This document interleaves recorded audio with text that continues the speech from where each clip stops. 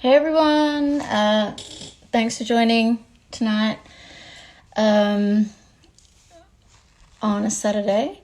Tonight we have someone who is an incredible icon and an Australian rock legend and someone that I admire a lot myself. Of course, Mr. Tex Perkins. He's going to be joining us from the studio of his new show very shortly. He's probably going to be drunk, FYI. And he's not the best with technology, so we'll just have to give him a couple of minutes to make sure he jumps on. And yes, and he was in fine form when I spoke to him earlier, so I'm looking forward to speaking to him. Yeah, it's going to be good. If anyone has any particular questions, as always, just put them down the bottom in the comments. The session will be saved to IGTV on my profile, and I'll also upload onto YouTube as well for those people who miss it and people who want to rewatch it as well. I'm just messaging him now to say get your shit together.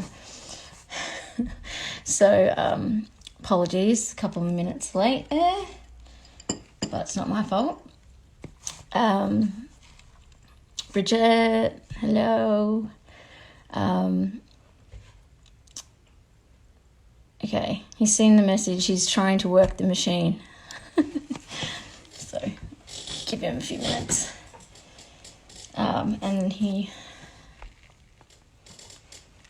so it's good. Also later tonight, I'll also be announcing 2 of the upcoming live shows as well, which are both really cool. So yeah, look out for that on social media. And yeah, that will be announced probably a lot later tonight. So just hang tight. And let's see, Tex never uses his Instagram, so he's 55. I'll give him shit when he comes on.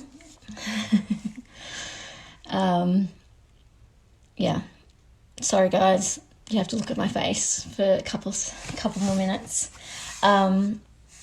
Yeah, but we have here he is. Now let's just see if we can get him on the... Yep, we don't need to look at that, do we? All right, let's see if we can get... All right. Here he is.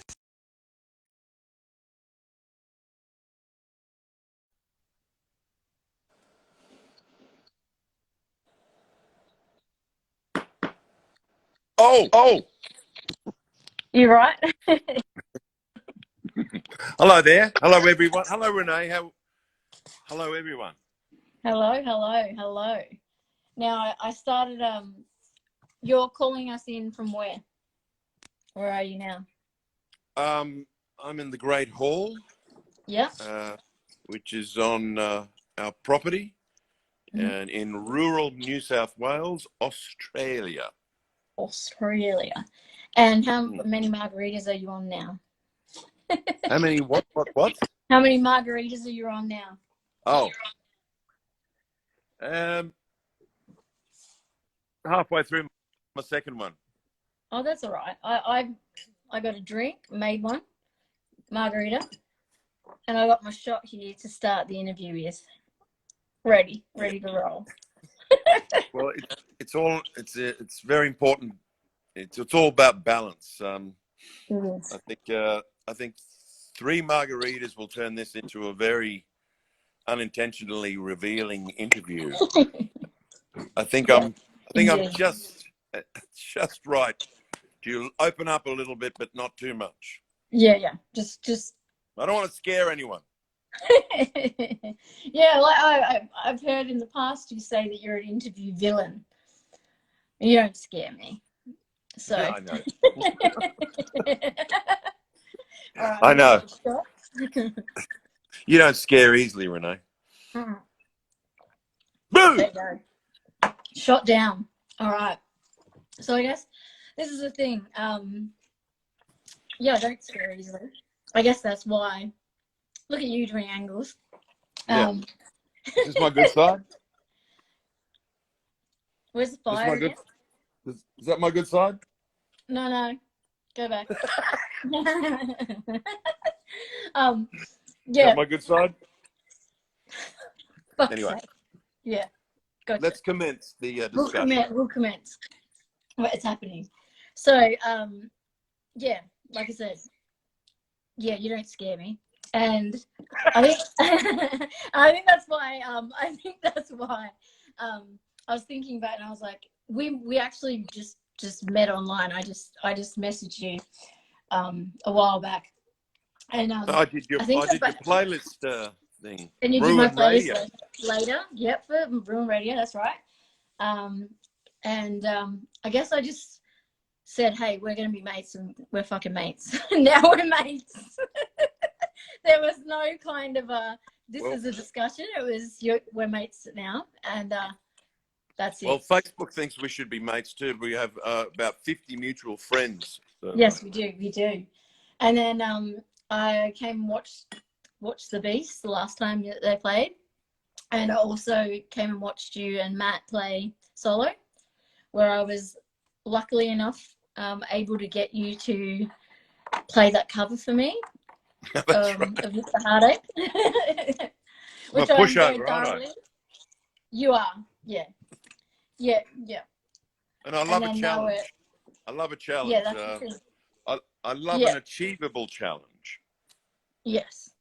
Like a lot of people ask me, I'll play this song with you, and then I said, oh, it's going to take a week to teach the band that one, but a last minute Bonnie Tyler cover was achievable, so I was happy to do it. Happy to do that for you. Got it? Oh yeah, it was great. I loved it. I enjoyed it thoroughly, so thank you. And you asked for extra rasp too. You did, I did, and you brought the extra rasp. I don't know how the crowd felt about that, but I loved it. I was loving it, but they were a little shocked. I think it was a confusing moment for the audience. Yeah.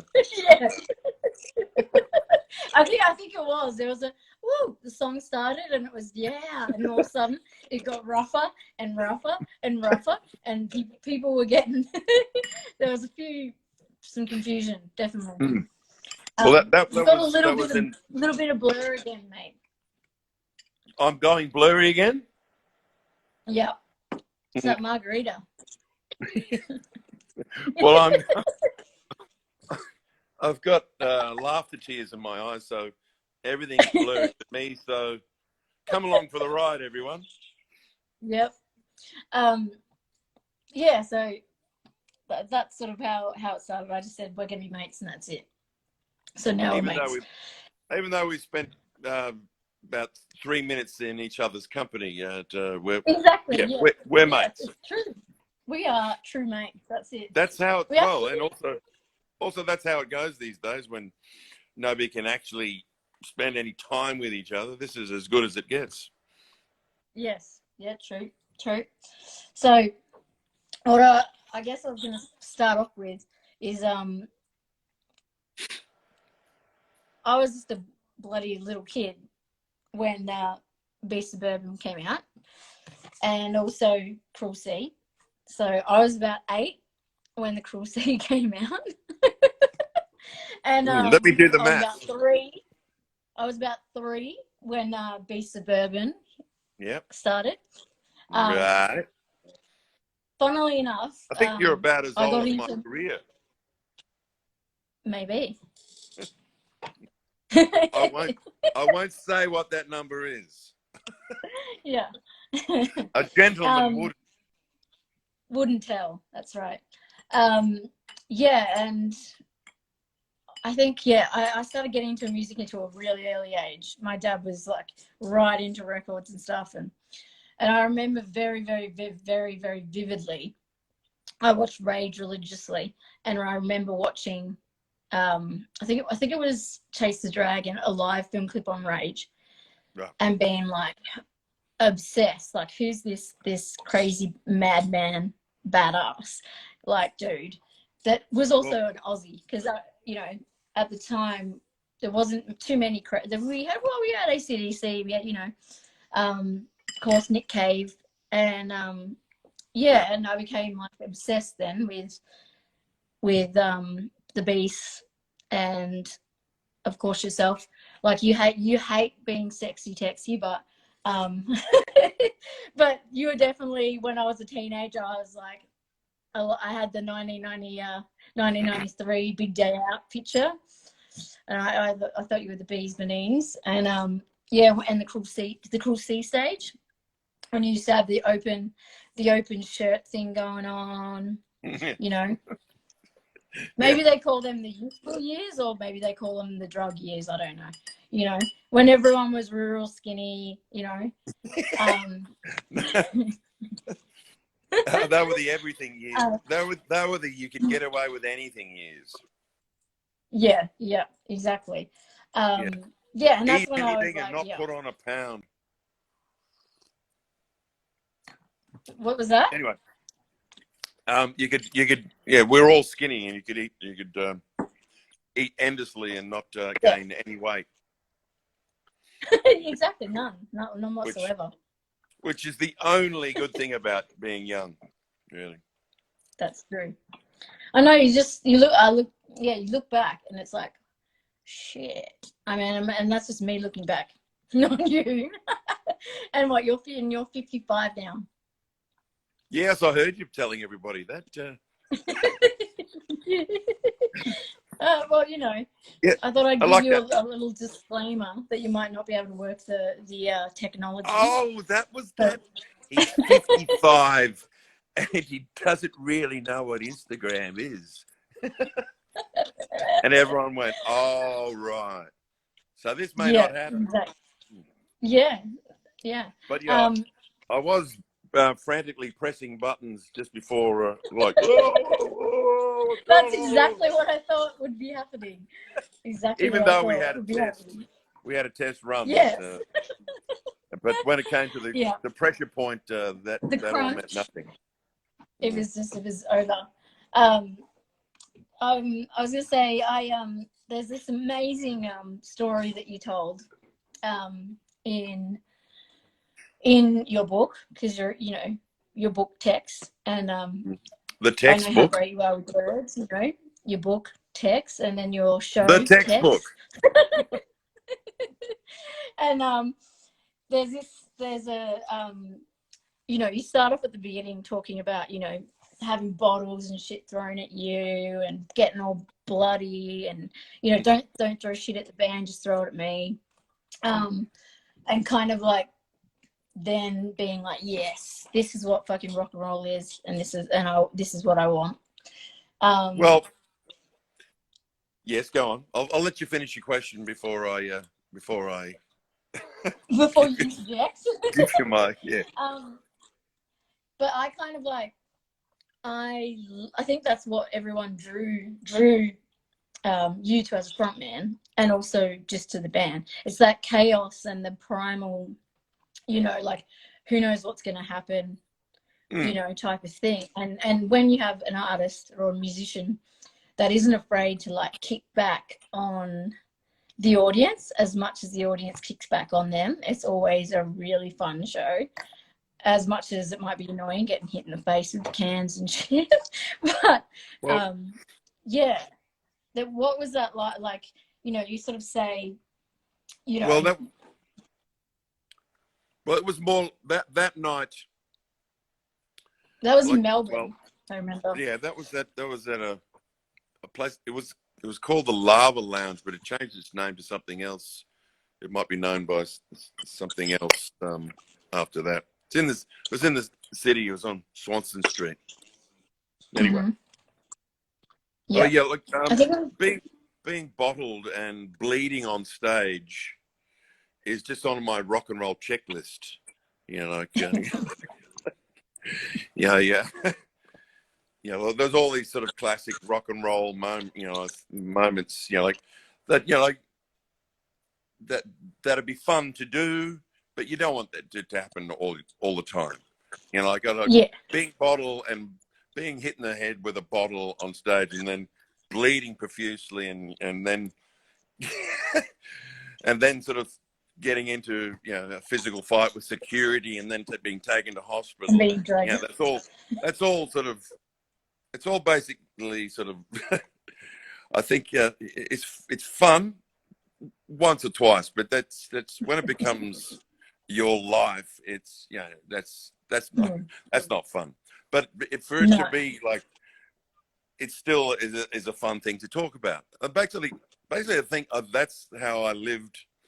I think a lot of us are living our rock and roll lives, in order to have some cool stories to tell. Like and you definitely when you're 55, yeah, and you don't have definitely. to do that shit anymore.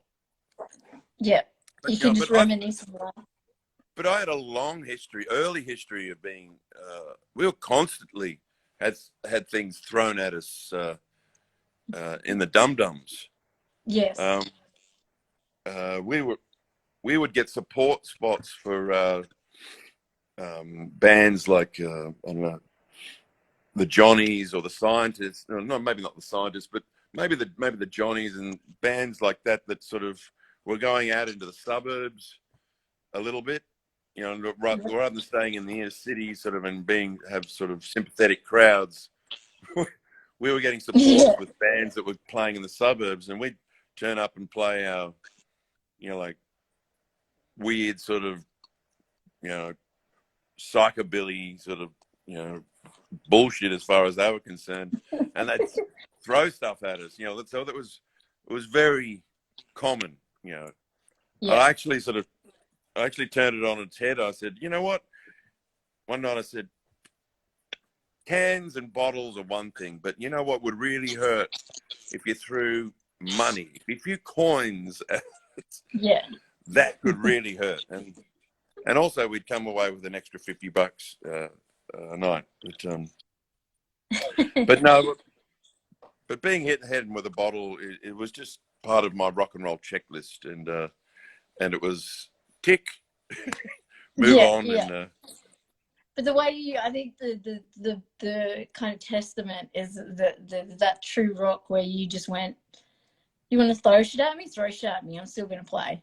Whereas, like, you see other artists who are like, fuck yeah, I'm off, see ya, walk off stage, and that have, their tanty.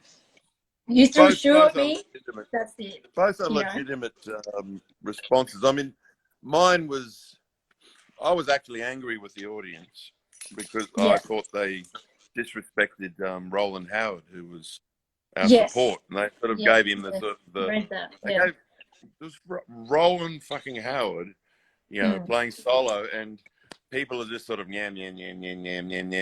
sort of basically ignoring the entire act, talking through that, and I was getting furious, and I was already sort of fired up,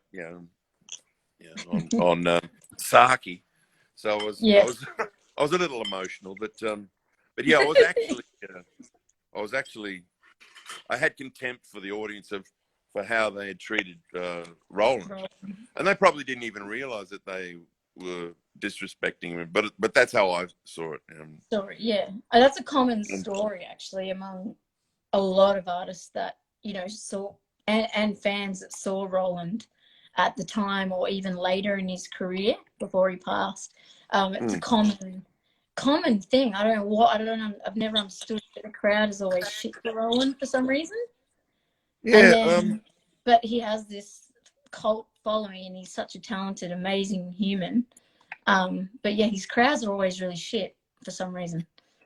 Well, I'm amazed that people still will go to a gig, and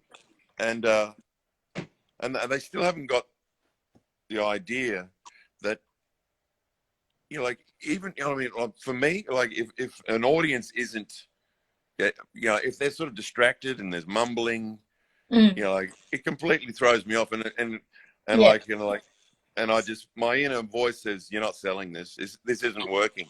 Yeah, You're yeah, like, and you're like, and then you start questioning what you're doing, and you become, involved in, instead of just sort of losing yourself in the music and going with it, you're sort of going, you're trying to better it or trying to grab their attention or whatever, and you're like, it completely breaks the spell, and it's amazing, how people still, audiences just, you know, they still act like that, and I don't know. yeah, And yeah, they still haven't realised that the more attention you give to the situation, the better the quality of what you're going to hear or an experience will be. Yeah, exactly. And it's as frustrating for the fans, like the other fans, as it is for you. There's nothing worse than standing next to someone and the two of them are having a conversation just on and on and on, and you're just like, I'm trying to fucking watch this show. Well, You want to bottle them too, so it's just as infuriating. A lot of people will take that into their own hands and either politely or not so politely, tell them. I've been And that's kind of what I depend on. That's what I depend on. I depend on the audience to kind of police themselves. Yeah.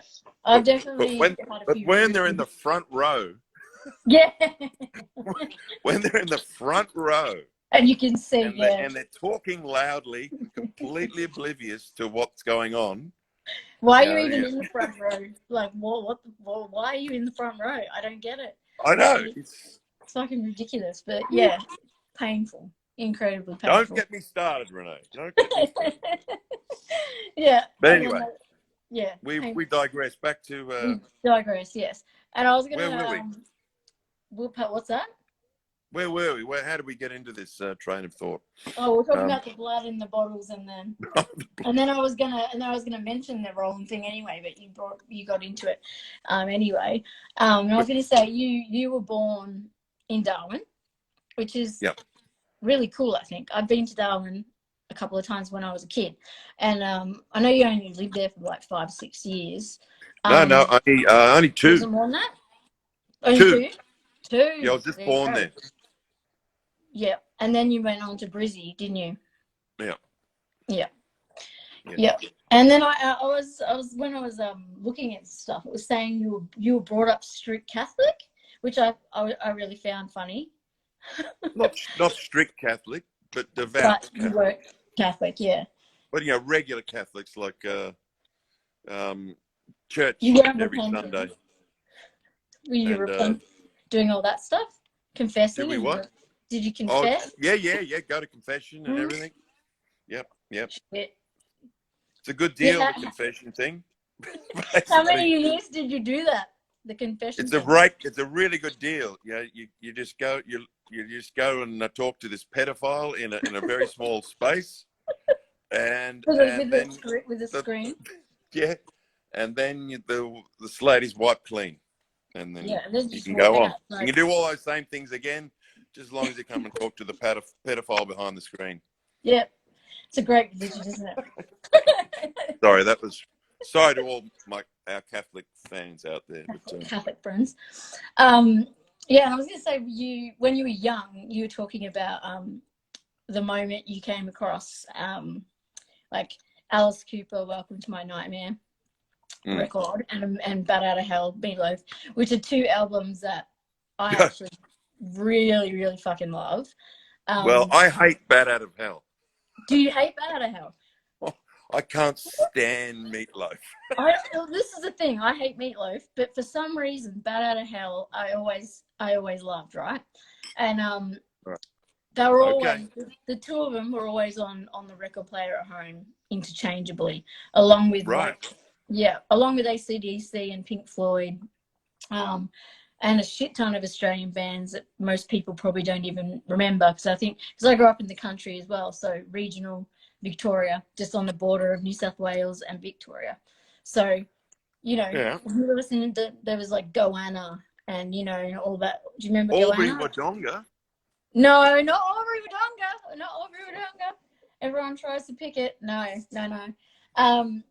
yeah, and so it was always with, yeah, and a lot of Aussie ones. But Welcome to My Nightmare was something that yeah, like I said, my dad got me into music really early, and that album still, like, oh, I love Yeah. it. Well, And you mentioned Only Women Bleed as one of the songs, and that's one of the songs that I always loved too. And that it's weird. I think I was like maybe 11, and I was doing a lot of listening and watching a lot of inappropriate stuff at a young age. But yeah, but yeah, that was to me such an amazing song, and I just fell in love with Alice Cooper from then on as well. So yeah, yeah, Alice. Yeah. Oh, look, I've got an even more amazing story. I've got the most amazing go. story. Yeah. Like, we could talk about, yes, I loved Alice, and he's actually one of my very earliest rock and roll obsessions. Mm-hmm. But at no stage did I go off him and go, oh, I'm embarrassed, Yeah. about, like When you like brought up various Poison, other things. that album. Sorry. When Poison came out, that album, a lot of people Yeah, had yeah. It dropped was. him, but before I that, wasn't. I wasn't into him by then, but I still love the early stuff. Like the yeah, first the Alice Cooper band stuff, the '70s yeah, stuff. But so yeah, he's informed. I think Alice Cooper's informed my music all the way along, and still does in some ways. And I know that the people that have a passing glance at him would go, "What? Like, yeah, what, the guy that with the guillotines and the makeup? What?" But there's a thing inventive stuff in their music. yeah, But and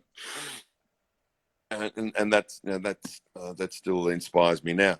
But I will fast forward to this really truly amazing story yeah.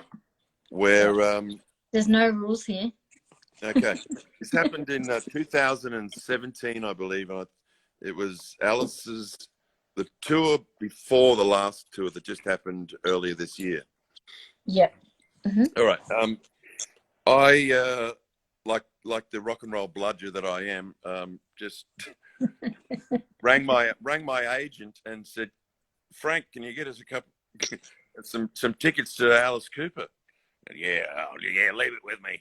And then Is the this next Frank? day I got Frank Stavalia?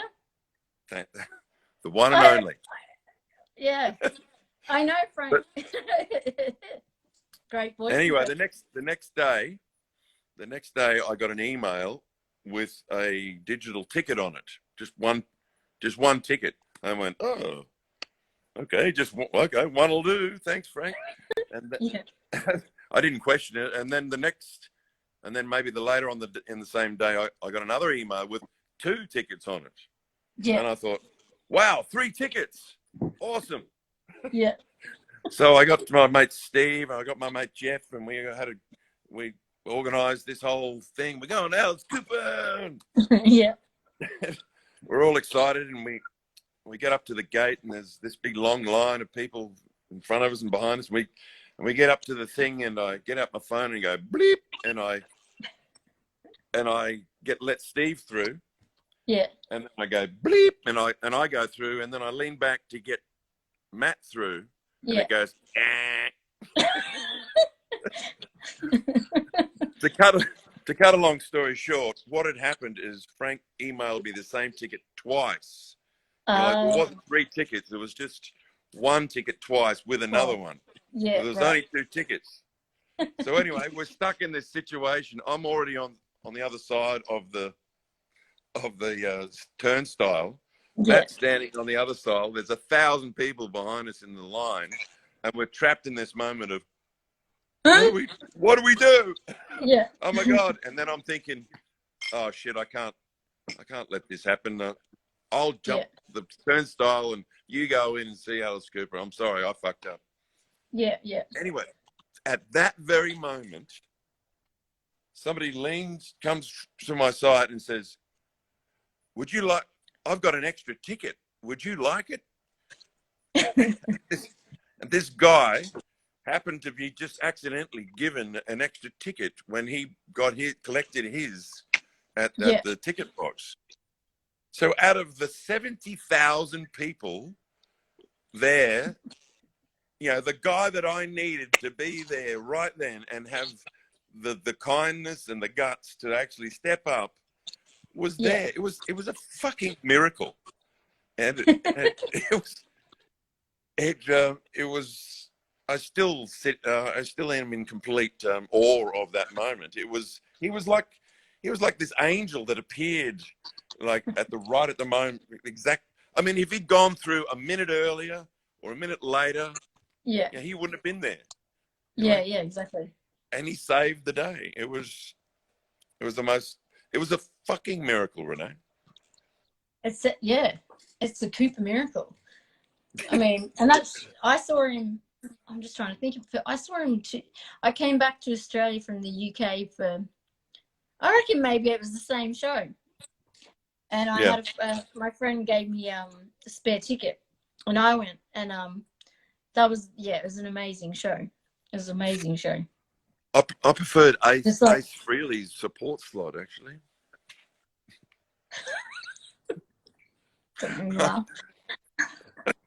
I thought Ace was great. I think who did I can't think. Maybe mine was a couple of years before then, because I think maybe I had someone and they weren't that great. It wasn't Ace Frehley though, because I would have remembered Kiss. I would have remembered that. Ace Frehley. Ace Frehley just looks like a sort of an old biker now. He's got a beard and he's kind of a little bit over. He's not fat, but he's a little bit. I don't give a fuck anymore. And he's got this sort of loose band of sort of kind of LA musicians, and they played everything a little bit dodgy and a little bit too loud, and it was just perfect, really. Yeah. Sounds amazing. Anyway, there was a a big thing. I think I even marked it because I was like, that's so fucking on point. But there's a thing where you're talking about Iggy Pop and hearing The Idiot, and you're like, I think you're like 12, and you and you were saying like that the dynamic between like just like repulsion and attraction like at that very same time was like but amazing. And I think that's one of the reasons why I love Iggy Pop as well. But like I think how at 12 being around, you were there to be there, you know what I mean? Well, luckily I had a brother that was into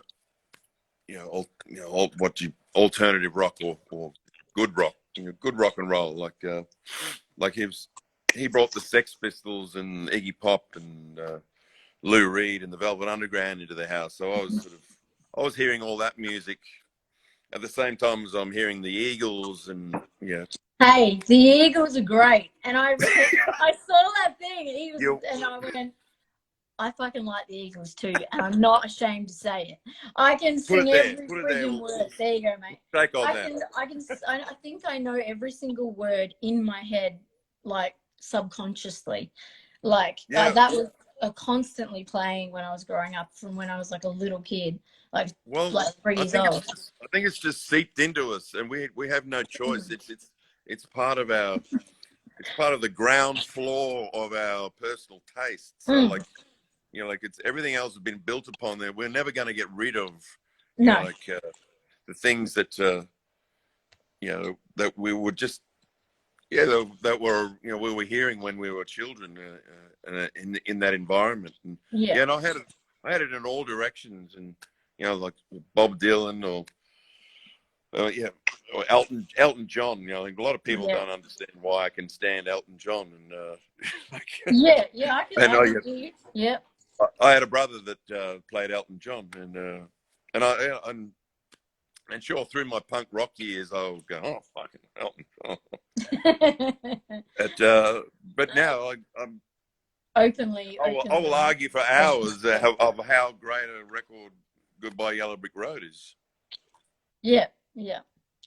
It's fucking, yeah, it's a great album. I love that one as well. It's like, I think also, yeah, I don't know. I think growing up like in Brizzy, growing up in the country, also on my side, I don't know, there's like staple music that I don't know, city kids don't get. I don't think city kids get that extra bogan rock feel and like get all this extra stuff. I mean, when I was growing up, AC/DC played one of the school town halls, and my dad went and saw him when he was a teenager. And yeah, and he still to this day talks about that, like that they played his school where they have like the school hall, and that they played a show there before they were famous. And it was like, it wasn't that many years later that they were huge and started kicking on. Yeah, I've got a lot of bogan in me.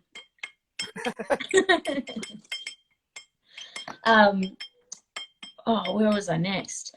And I was gonna say, you have described. I mean, you've described yourself on a couple of occasions as being like a bit of an obnoxious kind of piece of shit. And I think Obnoxious what? An obnoxious piece of shit. But I no, you have. I have been. Yes, you have. I have been.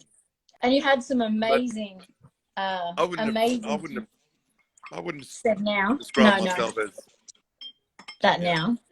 No. I think you are a gentle giant now. Yeah, look, I am many things. I am whatever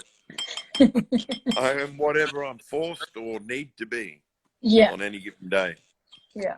And I remember, and there was a few tantrums, and I loved especially in the book, the one about the sound guy at one of the big day outs, and how you like threw a thing at him, but that wasn't the funny bit. The funny bit was you storming off backstage and not being able to open the dressing room door and kicking it in, and then Spencer P. Jones coming along and just opening it after you've already got half your bloody body in it. Look, but that was it was like a Warner Brothers cartoon. Yeah. Because when I tried to kick the door open, my foot went straight through it. Yeah. And like I was up to my knee through the door already, and then I was suspended there for a split second, and then I just made the decision of headbutt to continue through, and it left a head and shoulder shaped like a hole through the door. Seriously, it was like head and shoulder, and the rest of the door gone. It was because those dressing rooms back there are made of like nothing. Those little flimsy little things. Yeah, it was like. Was anyone actually back? Was anyone in the green, like in the area, like and watching? Or do you have you don't remember? If anyone was sitting back just watching you, like I would have paid money to stand back and watch that happening in motion. I can't remember whether anyone was in the dressing room at the time, but yes, Spencer came along not very long after and just casually opened the door, and with the me-shaped hole in it. That's such a good story. And then, of course, you moved in the early 80s, you moved on to Sydney, which you've kind of, you have a great love for Sydney, don't you? Well, you did. For a certain period of time in Sydney, yeah. When I moved there in 82, and it was, you couldn't, well, I moved from Brisbane, and that's massive. Moving from Brisbane to anywhere. Yeah. But moving to Brisbane to Sydney at that time, it was like, moving from Dubbo to New York, and it was like, wow, this place is cool, and there was a lot to do, and there was there was a lot of bands to see, and but for me personally, it was a complete fresh start and a total sort of because when I grew up in Brisbane, I never was even when I was in a band, like nobody really sort of respected what we were doing. We were never encouraged, or we didn't really have any fans. And and me personally, nobody really sort of gave me sort of a second to look. But when I came to Sydney, I just fell in with all these people that, on a personal growth level, just really appreciated me for who I am, and I felt really accepted, and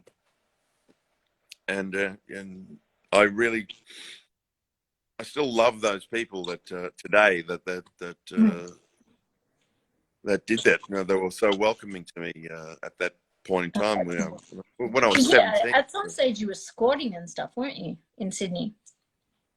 Not straight away, but I became aware of it because squatting was quite a thing back then. It was a legitimate accommodation option, and then there was a lot of empty buildings, empty houses, and there was actually a thing called the Squatters Union, where you could actually go and you could pay a small fee, and they had basically a plan of the city, and they would point out the empty buildings and the empty houses.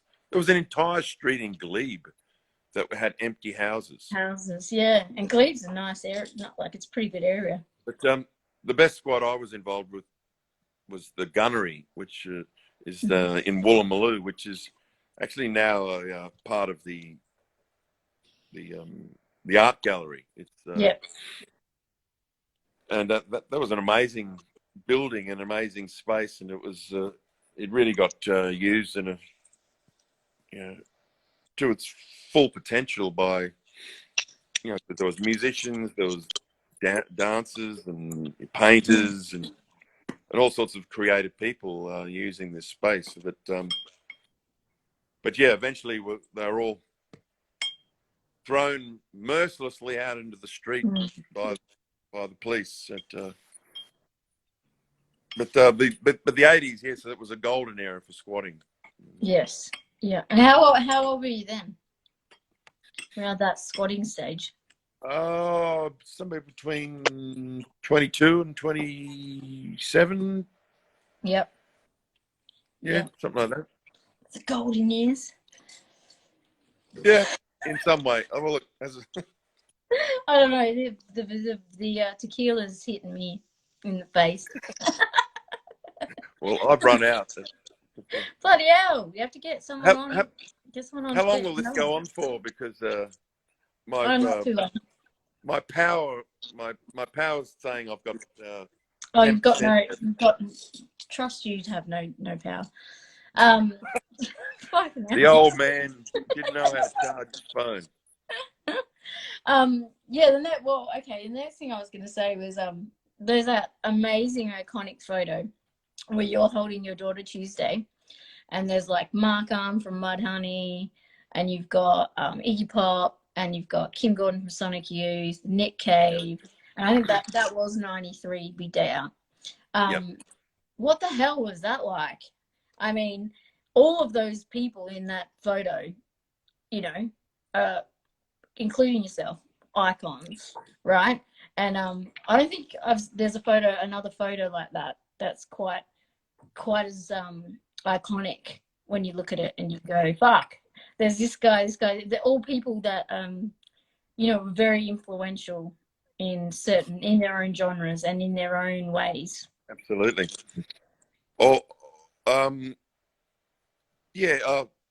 That particular Big Day Out, well, it was a great lineup. To begin with, it was a great lineup. Iggy Pop, Nick Cave, Sonic Youth, who else? Mudhoney, Yeah. Honey, the Beasts, Yep.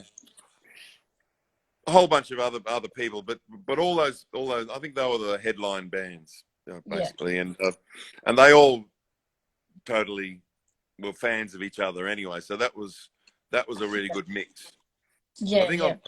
on later big day outs, I think there was a little less sort of attention to or uh, just headlines, like coming up against each other really, and not Yeah. and a sense of competitiveness rather than, oh shit, isn't this cool? We're all here doing this together, and so the respect and the camaraderie on that one was palpable. Everyone really enjoyed each other's music, but each other's company as well. And it was Yeah.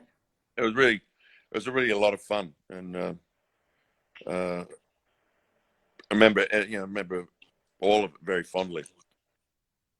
Yeah. It, And then I was going to say also, there's that there's also another bit where in your book which I found hilarious, where you say that you were a geeky kid, and I don't know why I find it funny, but I just can't imagine it. And you were saying you were a bit of a geeky kid, and more gawky.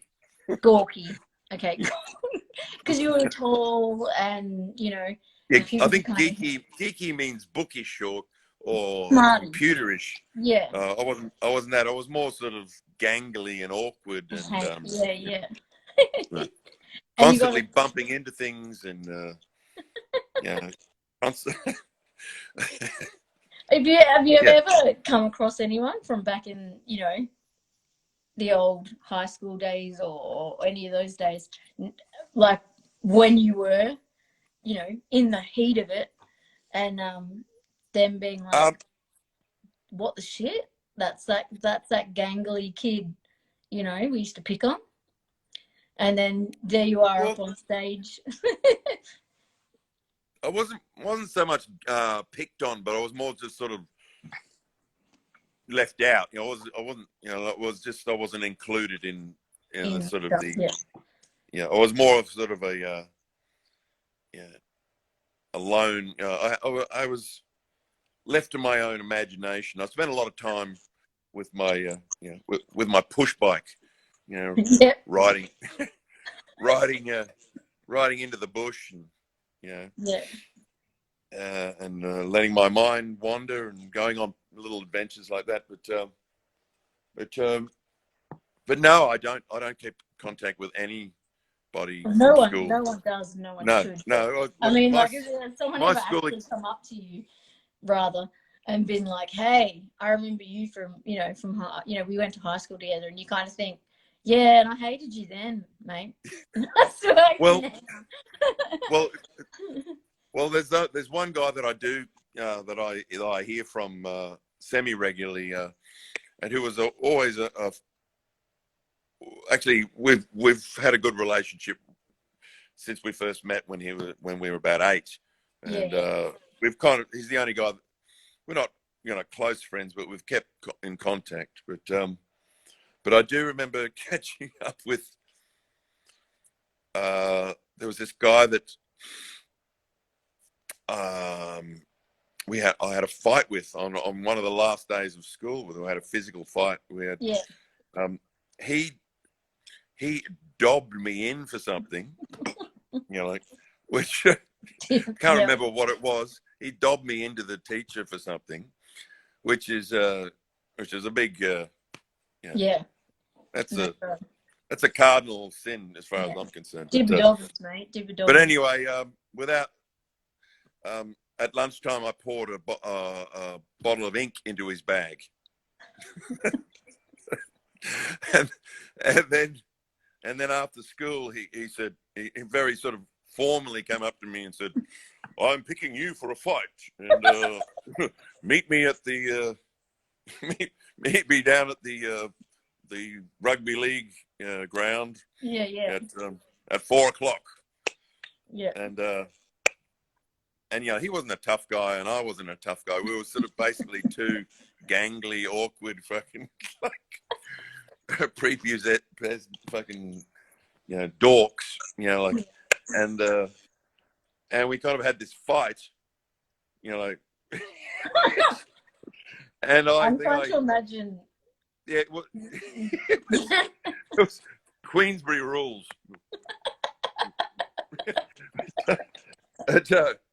I know there was a bit of hitting it, but anyway, I think he didn't land. Neither of us landed very many punches, and I think I hit him in the lip, and he started to bleed, and I went, let's, and we stopped the fight. I've got to stop it now. Stop it now. Yeah, like, oh shit, gosh, I didn't mean to do that, and then we walked away, and I didn't, and then that was basically at the end of my schooling, and I never saw him again till like 20 years later or something. Yeah. I think I was playing. The Beasts were playing home bake in Sydney. Yeah. Yes. And this really tall, well-built, tanned, surfy guy with tattoos and dreadlocks came backstage and came up to him. He said, "Hey, you remember me?" And I went, "No, I'm Whitey. Whitey, remember Whitey?" Oh, Whitey! And then we recalled that we your little punch on. The little punch on that we had at the the last time we met, and I guess we had both, like transformed ourselves so absolutely totally. But neither of us had any. I think we laughed about it, and neither of us had any desire to continue or hold a grudge. But no, I don't keep in contact with any of the people that I went to school with. No one's good. Seriously, I went to a Catholic boys' school, and it was full of the worst people. Yeah, I've ever met. I've never met any worse. My school life was full of really, really terrible people. Yeah. The teachers were all on different, either pedophiles or psychopaths. And it's funny because my dad was Catholic, was brought up Catholic, and had to go to Catholic school, and he has the biggest hatred for nuns. Like, fucking hates nuns, and he talks about school exactly the same way you do. But nuns, he's there like. Right.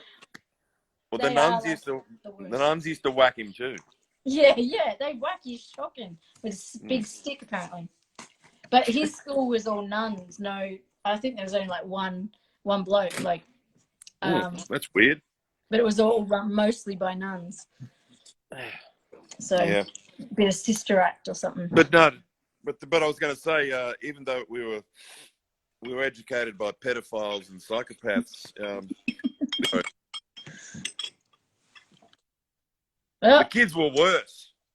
Yeah. The kids.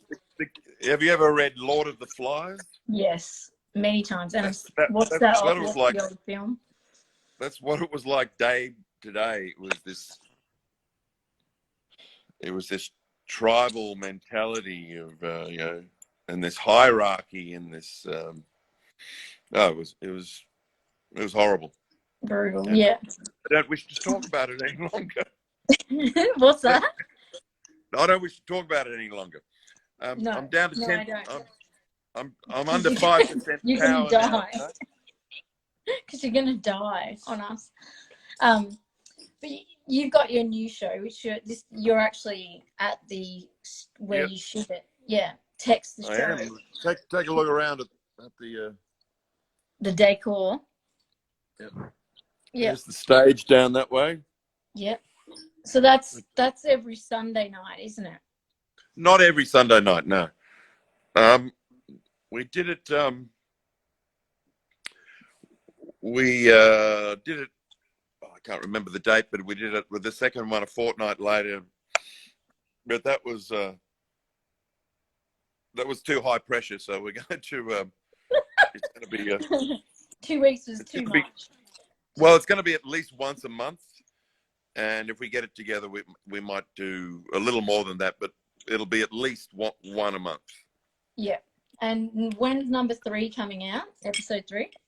Yes. I think it's the 28th. Yep. Sunday the 28th. Look, here's Hector. You see Hector? Yes. Hector? Yes. Hello. Hector. Well, there's been a lot of dog visits on these interviews. Oh, really? Yeah, there has been. Yeah, I love dogs, so I'm always very encouraging of it. Well, I love dogs and cats. But, you want to see? I like cats, but don't love them. But they know I don't love them, so they come to me and just sit all over me and shit because I don't give them attention. But I don't actually hate them. I just don't love them. I'd rather a dog, so they just for some reason all come to me. I don't love all cats and dogs. Actually, I find a lot of dogs really annoying, and I'm allergic. I'm allergic to some cats, but I'm allergic to some cats. I absolutely love Hector, and I love Bill, our cat. Yeah. Yeah. Two of the finest creatures I've ever met. Good. They are good. And you've got, I was going to say, you got 5 kids, yeah? Yes. 5. And how old's the youngest now? Roy's 6. He's nearly 7. Mm-hmm. And what does he think? Have you shown the kids much of the old stuff? Like, how the old crazy dad? Because Oh, not so much. I don't keep it hidden, but they're not that interested. I mean, I guess my 16-year-old daughter stumbles across some stuff on the internet occasionally and goes, "Dad, what was going on there?" And or Dad, what were you doing with your hair in the 80s? Yeah.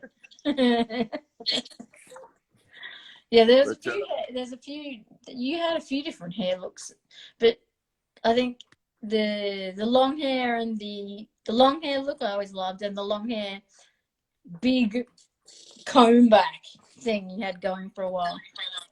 Almost a Nick Cave crazy dude, but there were some others that were quite questionable. Well, yeah. In the early 80s, big hair was the thing. It was. Yeah.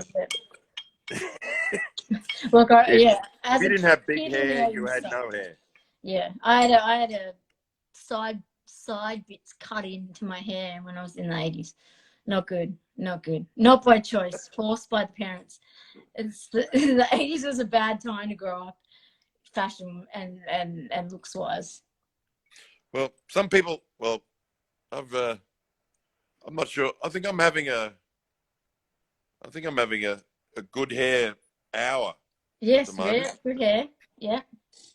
And we've blabbered on here for nearly an hour, so we've actually getting a warning that we've only got about a minute left, anyways. Probably, yes. But it's been lovely to chat, Renee. Yes, it has. And yeah, I can't wait till everything lifts and you guys can tour again. And I'm still praying for that Dark Horses tour.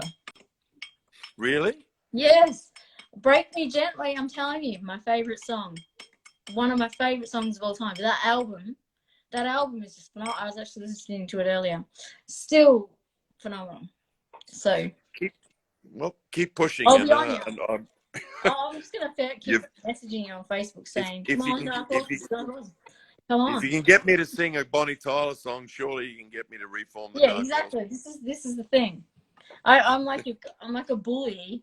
I am Tex Perkins bully. I need it. I appreciate a bit of pushing around. Yeah, but it's been absolutely awesome chatting with you. I'm sure if we were in person, we could just fucking chat for hours.